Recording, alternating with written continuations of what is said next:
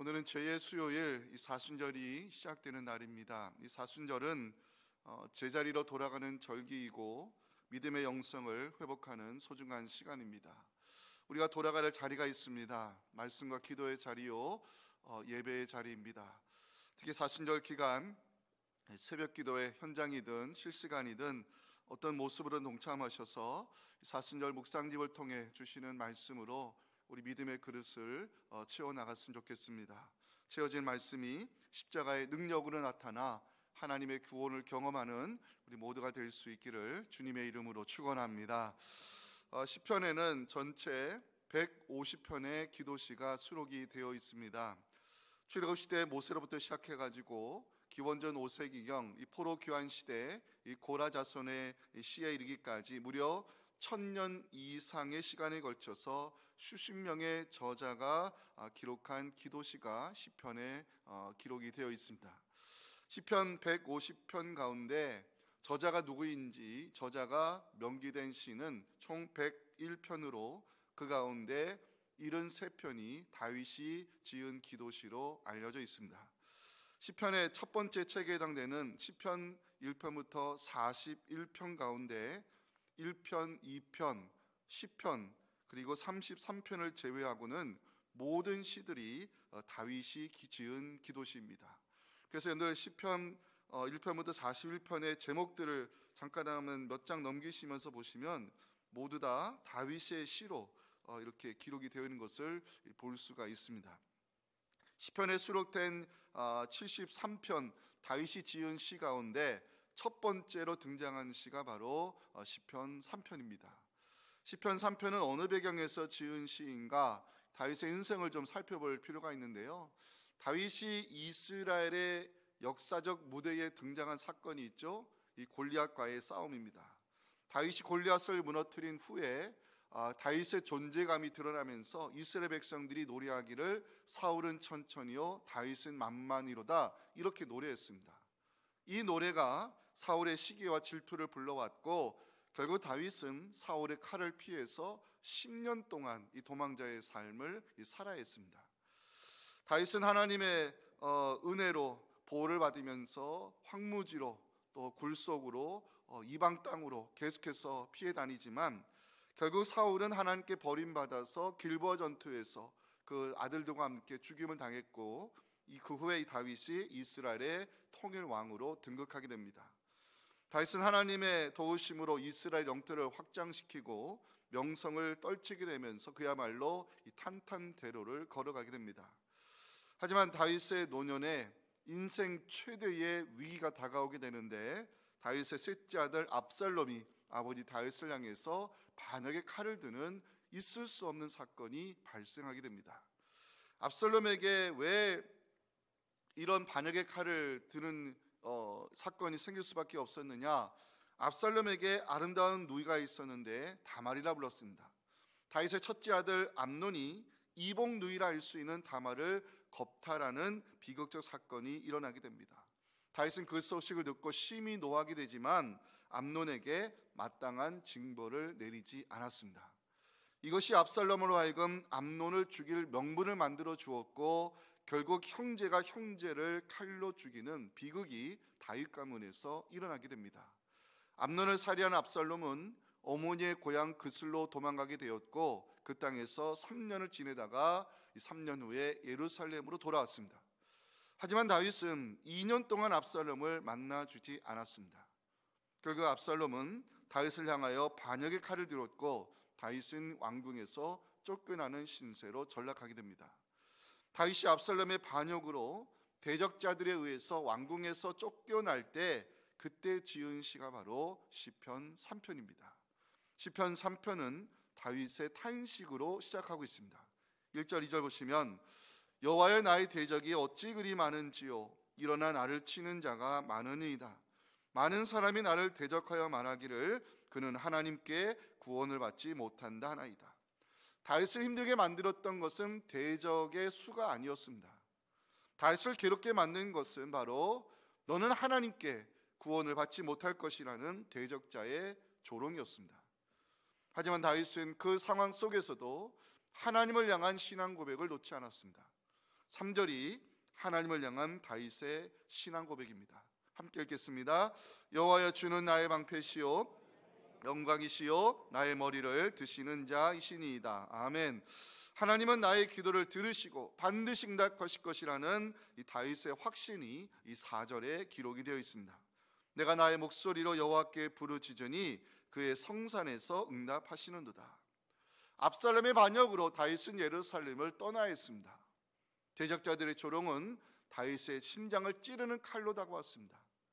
그럼에도 다윗은 하나님께서 나를 붙들어 주심으로 내가 평안을 누리며 두려움을 이겨낼 수 있을 것이라고 5절과 6절에서 고백하는데, 5절과 6절 말씀을 함께 읽겠습니다. 시작.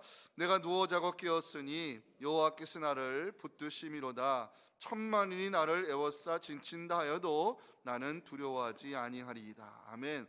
다윗은 하나님의 일어나심을 호소하며 하나님이 계획하시면 구원 역사가 시작될 것을 7절에서 간구하고 있습니다.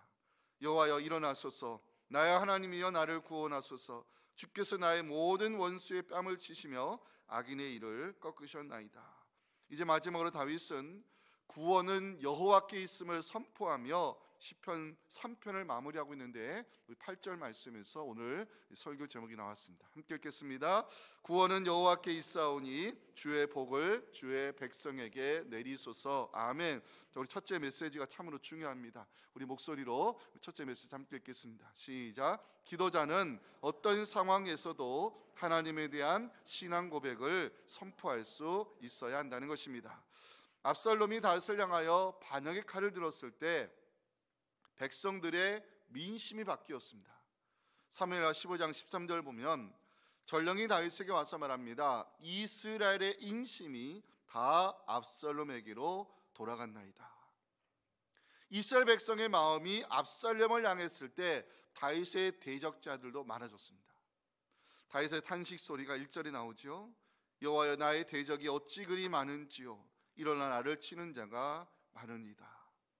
나를 대적하여 일어났다는 것은 군사적 반란을 가리킬 때 사용하는 히브리식 표현입니다.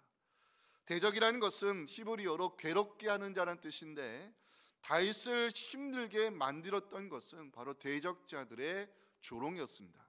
2절 보시면 많은 사람이 나를 대적하여 말하기를 그는 하나님께 구원을 받지 못한다 조롱했습니다. 다윗을 조롱하며 다윗을 괴롭혔던 사람 중에 시므이라는 사람이 있었습니다. 사울의 친족으로 알려진 사람인데, 이 시므이가 왕궁에서 쫓겨나는 다윗을 향하여 무슨 일을 하였느냐. 사무엘하 16장 5절과 6절 보시면 다윗 왕의 바울임의 이름에 거기서 사울의 친족 한 사람이 나오니 게라의 아들이요 이름은 시므이라. 그가 나오면서 계속하여 저주하고 또 다윗과 다윗 왕의 모든 신하들을 향하여 돌을 던지니 그때 모든 백성과 용사들은 다 왕의 좌우에 있었더라. 시므이가 다윗을 저주한 말이 무엇이었을까요? 그게 바로 2절에 나오는 이 말입니다. 너는 하나님께 구원을 받지 못할 것이다. 너는 하나님께 구원을 받지 못할 것이다. 왜 이 말이 다윗을 힘들게 한 말이었느냐? 그 2절에 나를 대적하여 말하기를 여기에 영혼을 가리키는 히브리어 단어가 들어가 있습니다. 대적자가 조롱하는 말, 너는 하나님께 구원을 받지 못한다는 그 말이 다윗에게는 영혼을 흔들어내는 칼 같은 말로 다가왔던 것입니다. 우리가 살다 보면 믿음 없는 사람들이 우리를 향하여 조롱할 때가 있습니다. 네가 믿는 하나님이 어디 계시냐? 네가 의지하는 하나님은 왜 이럴 때 침묵하고 계시느냐? 너를 사랑한다는 하나님이 왜 네게 고난을 허락하시느냐? 조롱할 때가 있습니다. 그럴 때 믿음을 가진 우리가 해야 할 일이 있습니다.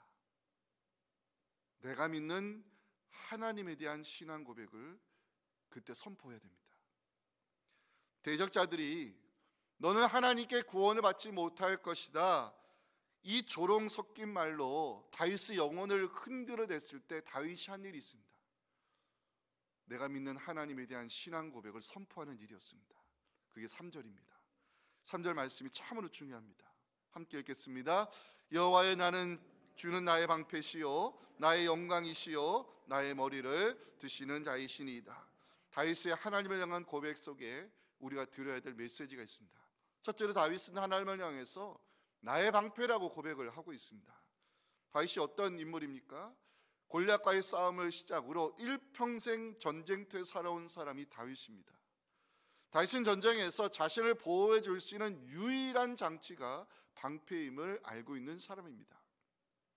다윗이 하나님을 향하여 나의 방패라고 고백하는 것은 대적으로부터 나를 보호해 줄 수 있는 분은 하나님밖에 없다는 그 믿음을 갖고 있었기 때문입니다.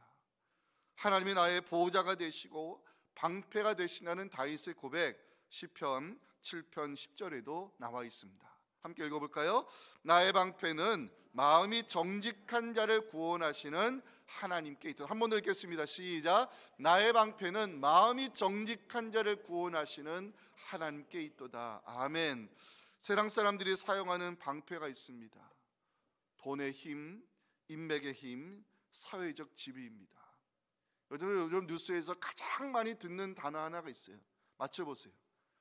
요즘 여러분들 뉴스 트시면 가장 많이 나오는 단어, 방으로 시작해서 탄으로 끝나는 단어. 요즘 방탄이라는 단어 많이 듣고 계시죠? 짜증나는데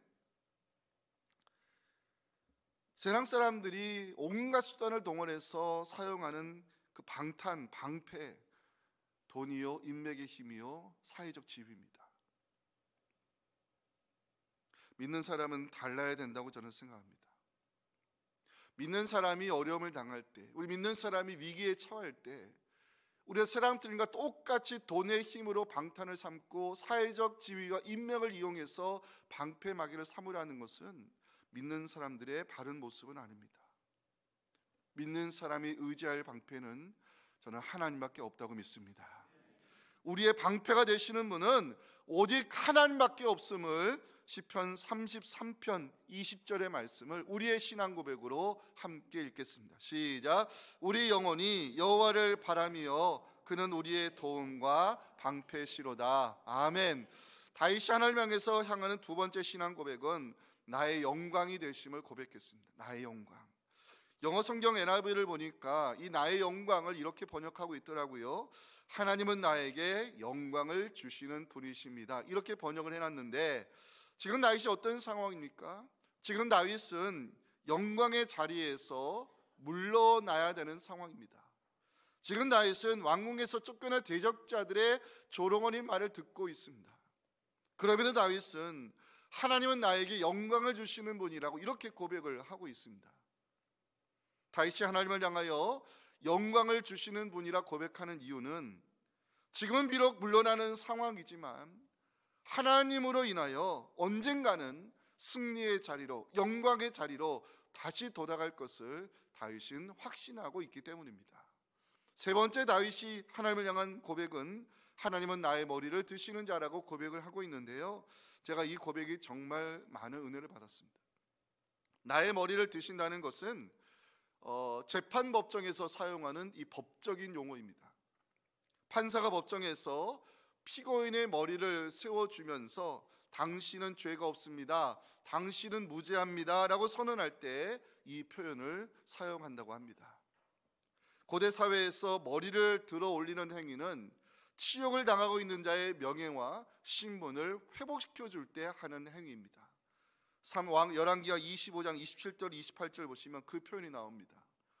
유다의 왕 여호야긴이 사로잡혀간 지 37년 곧 바벨론의 왕 에올모르닥이 즉위한 원년 12월 그달 27일에 유다의 왕 여호야긴을 옥에서 내놓아 그 머리를 들게 하고 그에게 좋게 말하고 그의 지위를 바벨론에 그와 함께 있는 모든 왕의 지위보다 높이며 그의 영예를 회복시켜 줄 때 성경은 그 머리를 들게 하고 이 표현을 쓰고 있습니다. 다윗이 압살롬의 반역을 당할 때 상황은 대단히 어려웠습니다. 사울의 친족 시므이가 다윗을 향하여 너는 하나님께 구원을 받지 못할 것이다 조롱의 말을 내뱉었습니다. 이 말은 다윗의 영혼을 흔들어대는 말이었습니다. 다윗은 지금 왕의 자리에서 물러나 머리를 풀어 헤치고 슬피 울며 예루살렘을 떠나고 있습니다. 그럼에도 다윗은 하나님을 향한 신앙 고백을 믿음으로 선포합니다. 3절 다시 봐주실까요? 여호와여, 나 주는 나의 방패시요 나의 영광이시요 나의 머리를 드시는 자라고 고백하고 있습니다. 나의 보호자가 되시고 나를 승리자의 자리에 세워주시고 나를 회복시켜 줄 수 있는 분은 오직 하나님밖에 없다고 다윗은 고백하고 있습니다. 다윗이 이렇게 선언하는 이유가 있습니다. 하나님께서 나의 부르짖음에 응답하실 것을 다윗이 확신하고 있기 때문입니다. 그 확신이 바로 4절에 나와 있습니다. 함께 읽겠습니다. 내가 나의 목소리로 여호와께 부르짖으니 그의 성산에서 응답하시는도다. 그의 성산이라는 것은 예루살렘을 가리키는 성서적 표현입니다. 하나님께서 다윗의 기도를 성산에서 응답하신다는 이 말씀, 다윗은 하나님의 도우심으로 예루살렘으로 돌아갈 것을 확신하는 가운데 지금 믿음으로 하나님에 대한 자신의 신앙 고백을 선포하고 있는 것입니다. 결과적으로 압살롬의 반역은 그의 죽음으로 끝이 났습니다. 다윗을 조롱했던 대적자들은 수치를 당하며 울려갔습니다. 하나님은 다윗을 예루살렘으로 복귀시켜 주셨고 왕의 신분을 회복시켜 주셨습니다. 저는 특별히 3절 말씀을 묵상하면서 귀한 진리를 깨닫게 됐습니다. 기도자가 하나님에 대한 신앙 고백을 믿음으로 선포하면 그대로 이루어진다는 사실입니다. 믿음으로 선포하는 말은 그대로 이루어지는 힘이 있습니다. 예수님께서 믿음대로 되리라, 기도한 대로 되리라, 내 소원대로 되리라 선포하셨을 때 모두 이루어졌음을 복음서 기자는 증거하고 있습니다. 사랑하는 성도 여러분, 우리가 아무리 어려운 상황에 처한다 할지라도 하나님에 대한 신앙 고백을 믿음으로 선포하시기 바랍니다. 하나님은 나의 방패가 되시고 하나님은 나의 영광이 되시며 하나님이 나의 머리를 드사 회복의 은혜를 내려주시는 그 하나님을 우리가 믿음으로 선포할 때 우리의 고백이 모두 성취됨으로 하나님께 감사와 찬미의 제사를 올려드리는 우리의 승리하는 믿음 될 수 있기를 주님의 이름으로 축원합니다. 우리 두 번째 메시지도 함께 읽겠습니다. 시작. 기도하는 사람은 모든 문제를 하나님께 맡기고 주의 평안을 누려야 한다는 것입니다. 다윗이 압살롬의 반역을 피해 왕궁을 빠져나갈 때 상황이 어떠했느냐? 사무엘하 15장 30절 보시면 다윗이 감람산 길로 올라갈 때에 그의 머리를 그가 가리고 맨발로 울며 가고 그와 함께 가는 모든 백성들도 각각 자기의 머리를 가리고 울며 올라갔다 그랬습니다. 다윗은 고개를 들 수가 없었습니다. 왜요? 자신의 아들이 아버지를 향하여 반역의 칼을 들었을 때 다윗은 신하들 앞에 고개를 들 수가 없었습니다. 백성들의 마음이 압살롬에게로 돌아섰다는 이야기를 듣고서 다윗은 눈물을 감출 수 없었습니다. 다윗이 의지할 것은 하나님밖에 없었습니다. 그때 다윗이 할 수 있는 일은 한 가지밖에 없었습니다. 모든 문제를 하나님께 맡기며 부르짖는 일, 이것이 다윗이 할 수 있는 일의 전부였습니다. 자, 이제 우리가 주목할 것은 모든 문제를 하나님께 맡기며 부르짖은 이후에 다윗이 보여주는 모습입니다. 우리 5절 말씀이 중요한데 함께 읽어봅니다. 시작. 내가 누워 자고 깨었으니 여호와께서 나를 붙드심이로다. 자, 눕다, 잠들다, 깨어나다, 위기 상황에 몰려있는 다윗이 사용할 단어는 아닙니다. 그럼에도 다윗은 내가 지금 눕고 자고 깨어있다고 이렇게 이야기를 하고 있습니다. 일상의 평안을 누리고 있는 다윗의 모습을 성경은 우리에게 보여주고 있습니다. 그 이유가 무엇일까요? 하나님이 붙들어 주시기 때문이라고 다윗은 5절에서 고백하고 있습니다. 다윗의 이 멋진 고백이요, 여기서 끝나지 않습니다. 6절 보실까요? 천만인이 나를 에워싸 진친다 해도 나는 두려워하지 아니하리로다 고백합니다. 자, 이스라엘의 민심이 압살롬에게로 돌아섰습니다. 다윗을 섬기던 신하들이 이제는 다윗을 배신하여 대적자들의 위치에 서 있습니다. 그러나 다윗은 두렵지 않다고 고백하고 있습니다. 다윗이 위기의 상황에서도 일상의 평안을 누리고 있는 이유, 대적자들의 위협에서도 두려워하지 않는 이유, 하나님의 붙드심 때문이요, 하나님이 함께 하심을 믿기 때문입니다. 다윗이 고백했던 유명한 말씀이 있죠. 시편 23편 4절 말씀을 우리의 믿음으로 함께 읽었으면 좋겠습니다. 시작. 내가 사망의 음침한 골짜기로 다닐지라도 해를 두려워하지 않을 것은 주께서 나와 함께 하심이라. 여기까지. 내가 그 사망의 음침한 골짜기로 다닌다 할지라도 다윗은 두렵지 않다 고백했습니다. 왜? 하나님이 나를 붙들어 주시기 때문이고 하나님이 나와 함께 하심을 믿기 때문입니다. 저는 이번 설교 준비하면서 5절 말씀을 묵상하며 은혜를 받았어요.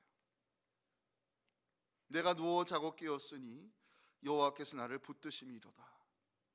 기도하는 사람은 모든 문제를 하나님께 맡기고 주의 평안을 누려야 한다는 것을 다윗이 우리에게 보여주고 있습니다. 누워 자고 깨었다는 표현은 다윗이 그 어려운 상황 속에서도 일상의 평안을 누리고 있다는 증거입니다. 그 이유가 뭘까요? 하나님께 모든 것을 맡겼기 때문입니다. 기도는 우리가 할 수 없는 문제를 하나님께 맡기는 행위입니다. 기도하는 사람이 문제를 맡겼으면 하나님이 하실 것을 기대하며 주의 평안을 누려야 되는 것입니다. 기도하는 사람이 여전히 불안해하고 여전히 고민의 늪에 빠져 있다면 그것은 기도가 아닙니다. 기도는 우리가 할 수 없는 문제를 하나님께 맡기는 거룩한 행위입니다. 기도하는데 맡겼으면 하나님이 하실 일을 기대하며 하나님의 때를 기다려야 됩니다. 기도하는데 맡겼으면 불안하지 마시고 하나님의 붙드심 가운데 주의 평안을 누리시기 바랍니다. 하나님이 함께 하시기에 나는 두렵지 않다는 이 믿음의 고백을 가지고 하나님이 하실 일을 기대하는 여러분들에게 때가 되어 하늘 문을 여시고 우리의 기도를 응답의 기적으로 갚아주시는 그 하나님을 우리 모두 만날 수 있기를 간절히 소망합니다. 자, 세 번째 메시지 마지막입니다. 함께 읽어봅니다. 시작. 하나님의 구원 역사는 기도하는 사람을 통해 일어난다는 사실입니다. 다윗은 마지막으로 하나님의 일어나심을 호소하며 구원 역사가 시작되기를 7절에서 부르짖고 있습니다. 자, 7절 함께 읽어봅니다. 7절 말씀이요. 띄워주세요. 시작. 여호와여 일어나소서. 나의 하나님이여 나를 구원하소서. 주께서 나의 모든 원수의 뺨을 치시며 악인의 이를 꺾으셨나이다. 여호와 일어나소서. 이게 무슨 뜻이 아닙니까? 하나님이여 개입하소서, 이런 의미입니다. 하나님의 일어나심, 하나님의 개입하심을 다해서 호소하는 이유는 하나님의 일어나심이 구원의 시작이 될 수 있음을 믿기 때문인 것입니다. 하나님의 일어나심이 구원 역사로 이루어짐을 시편 17편 13절에서 다윗은 이렇게 고백하고 있습니다. 여호와 일어나 그를 대항하여 넘어뜨리시고 주의 칼로 악인에게서 나의 영혼을 구원하소서. 그러면 하나님이 일어나시면 어떤 일이 일어날까요? 하나님이 우리의 삶 가운데 개입하시면 어떤 사건들이 일어날까요? 7절 마지막 것이면 주께서 나의 모든 원수의 뺨을 치시며 악인의 일을 꺾으셨다고 다윗은 이렇게 고백합니다. 뺨을 친다는 것은 상대방에게 모멸을 안겨주는 행위입니다. 다윗을 조롱했던 대적자들을 하나님께서 갚아주시기를 다윗은 기도하고 있습니다. 이를 꺾는다는 것은 무장해제를 시킨다는 의미로 대적자들의 무기를 꺾으시고 흩으실 수 있는 분은 하나님밖에 없음을 다윗이 믿음으로 고백하고 있습니다. 다윗이 하나님의 일어나신 하나님의 개입하심을 호소하는 이유가 있습니다. 8절 말씀 때문입니다. 시편 3편에서 가장 중요한 말씀은 8절입니다. 함께 읽어봅니다. 시작. 구원은 여호와께 있사오니 주의 복을 주의 백성에게 내리소. 기왕에 미쳐급시다. 구원은 여호와께 있사오니. 구원은 하나님께 있다는 다윗의 고백이 우리의 믿음 될 수 있기를 간절히 소망합니다. 궁금했습니다. 다윗이 하나님의 일어나심을 위하여 이렇게 간절히 호소하는 이유가 뭘까? 다윗이 하나님의 개입하심을 위하여 이렇게 부르짖는 이유가 뭘까 궁금했습니다. 이 질문에 대한 답을 에스겔과 다니엘의 그 기도를 통해서 여러분들에게 소개하기 원합니다. 에스겔은 30살의 나이에 하나님의 부르심을 받은 사람으로 유다왕 여호야긴이 바빌론의 포로로 끌려갈 때 함께 끌려간 인물이 에스겔입니다. 포로로 끌려간 에스겔은 유다 백성들에게 하나님께서 예루살렘을 심판하실 수밖에 없었던 이유와 그럼에도 하나님의 때에 하나님께서 우리를 예루살렘으로 돌이키실 것이라는 그 회복에 대한 말씀을 전해 주었습니다. 에스겔을 통해 주셨던 그 회복의 말씀이 에스겔서 36장 36절에 기록이 되어 있습니다. 너희 사방에 남은 이방 사람이 나 여호와가 무너진 곳을 건축하며 황폐한 자리에 심은 줄을 알리라. 나 여호와가 말하였으니 이루리라. 에스겔을 통해 주셨던 회복의 말씀입니다. 중요한 것은 에스겔이 전한 회복의 말씀이 이것으로 끝나지 않았다는 것입니다. 에스겔 36장 37절이 중요합니다. 함께 읽겠습니다. 주 여호와께서 이같이 말씀하셨느니라. 그래도 이스라엘 족속이 이같이 자기들에게 이루어 주기를 뭐라고요? 내게 구하여야 할지라. 아멘. 회복의 약속이 그대로 이루어지도록 하나님 우리에게 기도를 요구하신다는 것이 에스겔 선지자가 전하는 메시지였습니다. 자, 두 번째 인물 다니엘. 다니엘은 바벨론 제국이 주전 605년 예루살렘을 1차 침략했을 때 그때 지식인들을 끌고 갔을 때 끌려간 인물이 바로 다니엘입니다. 이방 땅에 끌려간 다니엘이 예레미야를 통해 주신 회복의 말씀을 책에서 발견했을 때 다니엘은 금식을 선포하며 기도를 시작했습니다. 그 모습이 다니엘 9장 1절부터 3절에 나옵니다. 곧 그 통치 원년에 나 다니엘이 책을 통해 여호와께서 말씀으로 선지자 예레미야에게 알려주신 그 연수를 깨달았나니 그 예루살렘의 황폐함이 70년 만에 그치리라 하신 것이니라. 내가 금식하며 배옷 씻고 죄를 덮어쓰고 주 하나님께 기도하며 간구하기를 결심하고. 하나님께서 약속하셨던 회복의 말씀을 책에서 발견했을 때 다니엘은 금식을 선포하며 기도를 시작합니다. 유다 자손들이 예루살렘에 돌아와 스룹바벨을 중심으로 무너진 성전을 건축하고 에스라를 통하여 말씀으로 종교개혁 운동을 일으키고 느헤미야와 함께 성전 재건 역사를 이룬 이유가 있습니다. 선지자들의 기도가 있었기 때문입니다. 저는 여기서 중요한 진리를 여러분들에게 전하기 원합니다. 하나님은 기도하는 사람을 통하여 일하신다는 진리입니다. 기도하는 사람이 남길 수 있는 멋진 고백이 있습니다. 저는 이것이 우리가 할 수 있는 간증이 아닐까 생각됩니다. 기도하는 사람이 남길 수 있는 멋진 고백, 바로 8절입니다. 구원은 여호와께 있사오니, 구원은 여호와께 있사오니. 사랑하는 성도 여러분, 우리가 기도하면 하나님의 구원 역사가 시작될 줄 믿으시기 바랍니다. 우리가 서 있는 자리가 절망의 골짜기라 할지라도 구원은 여호와께 있다는 말씀을 선포하며 그 말씀이 이루어질 줄 믿고 우리가 기도를 시작하면 하나님께서 우리가 서 있는 절망의 골짜기에서 승리의 꽃을, 영광의 꽃을 피워주실 것을 믿으시면서 그 하나님을 경험하며 주님께 감사와 영광을 올려드리는 우리 모두가 될 수 있기를 주님의 이름으로 축원합니다. 지금도 살아계셔서 하나님 보좌 우편에서 우리 연약함을 위하여 기도로 도우시는 우리 구주 예수님의 은혜와 우리가 어떻게 할 수 없는 문제를 기도관에 맡길 때 일어나 우리를 도우시고 승리의 바늘에 다시 한번 세워주시는 하나님 아버지의 말로 쓰는 사랑과 성령의 도우심이 주시는 귀한 말씀을 가지고 삶의 자리로 돌아가 아무리 어려운 상황, 아무리 절망의 골짜기에 달지라도 하나님 나의 믿음으로 선포할 때 그 신앙 고백이 기도의 응답으로 다가와 하나님의 기적을 경험하며 하나님의 살아계심을 함께 증거하기 원하는 우리 사랑하는 모든 성도들의 그 아픔의 기도 제목과 우리와 함께 기도로 돕는 연약한 환우들과 우리 사랑하는 자녀들, 성도들의 가정과 교회 위에 지금부터 영원토록 함께 하시기를 간절히 축원하옵나이다. 아멘.